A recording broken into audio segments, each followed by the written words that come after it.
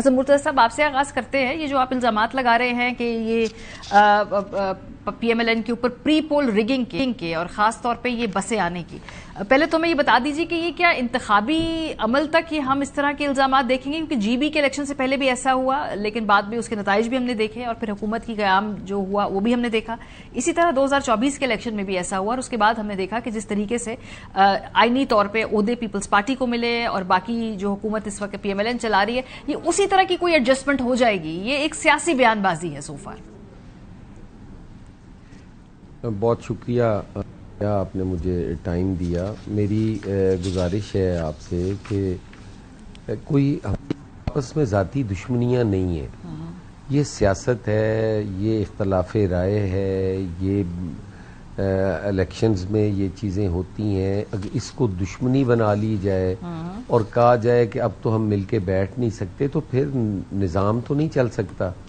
एक अपोजिशन होती है, एक ट्रेयरी होती है, कोई इत्तेहादी होते हैं। तो ये तो डायलॉग के साथ, बातचीत के ज़रिए, पार्लियामान के अंदर डिबेट और डिस्कशन के ज़रिए ये चीज़ें आगे बढ़ती हैं।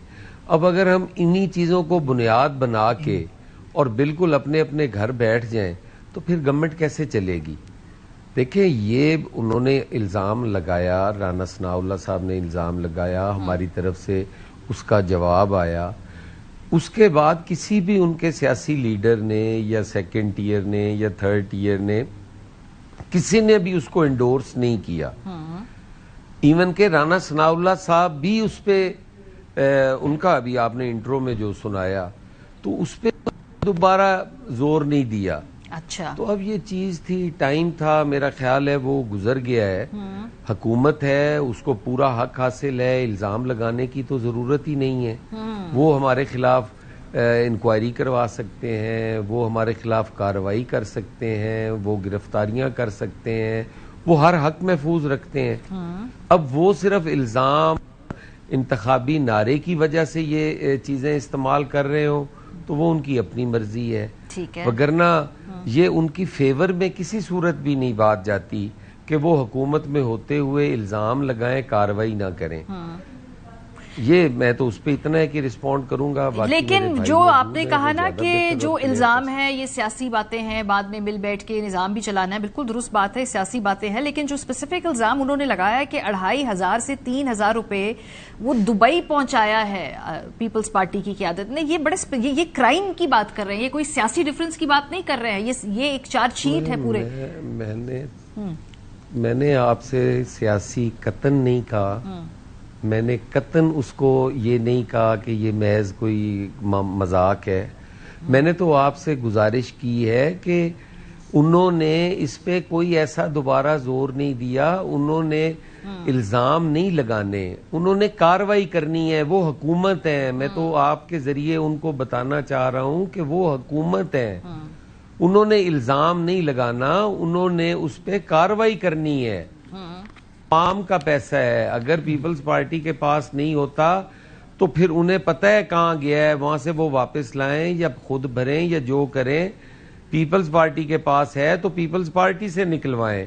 मैं तो ये कह रहा हूं, मैं तो नहीं कह रहा कि ये कोई सियासी नारा है।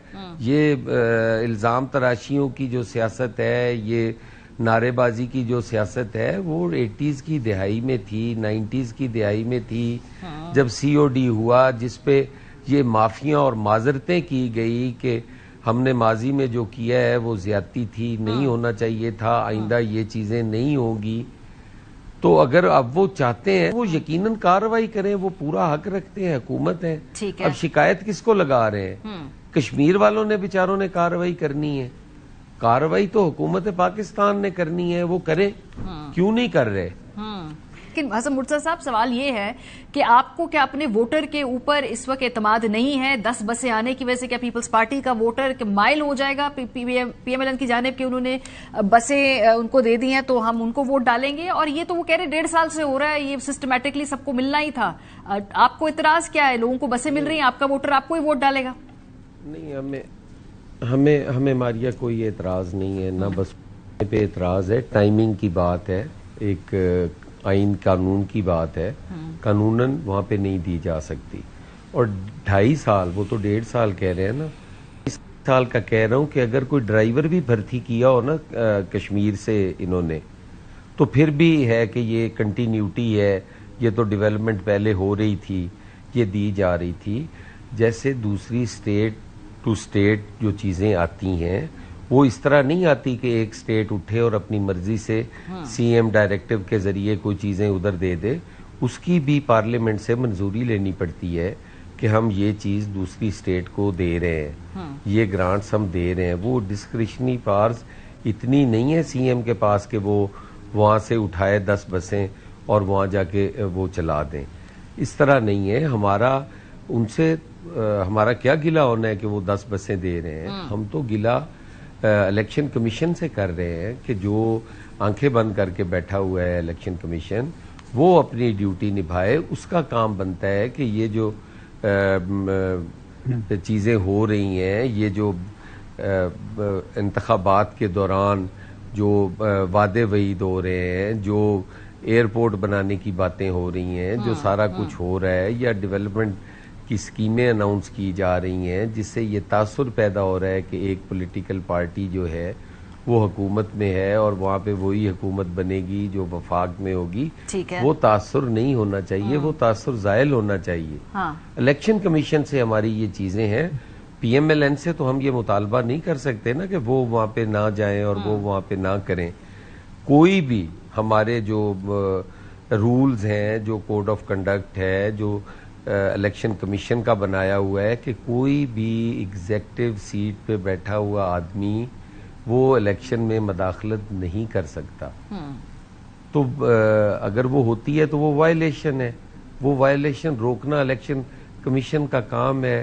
पॉलिटिकल पार्टीज उसकी निशानदेही करती रहती हैं, उसको कार्रवाई करनी चाहिए। ये इसमें कोई चीज मैं तो नहीं समझता कोई गलत है हमारी तरफ से।